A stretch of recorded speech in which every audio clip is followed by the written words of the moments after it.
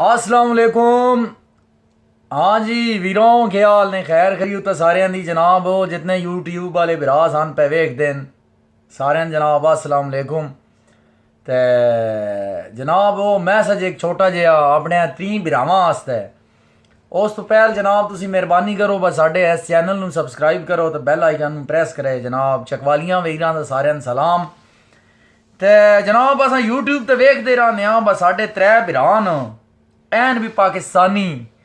ते ओ जनाब इक दूजिए कप कप झल्ले होंदे न भाई खुदा दया बनो केह् करें दे हो किस राह ते टुरो केह्ड़े राह ते टुर पे हो तुसां जनाब। ओ भोला रिकार्ड साहब, L&P ईगल साहब ते शामिर बावा फ्राम लाहौर।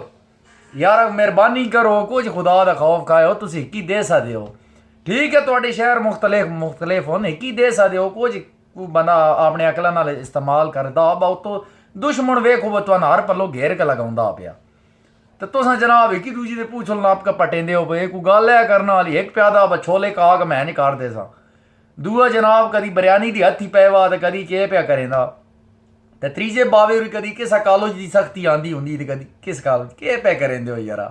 कोई अगला ना हाथ मारो कोई इंसान बन वजो को आपस प्यार मुहब्बत तो साडा नहीं जिला तो बाहर बनिया तो आन के तो साड़ी हत्थी पाउना जिला घर वाले का इतफाक नहीं होना।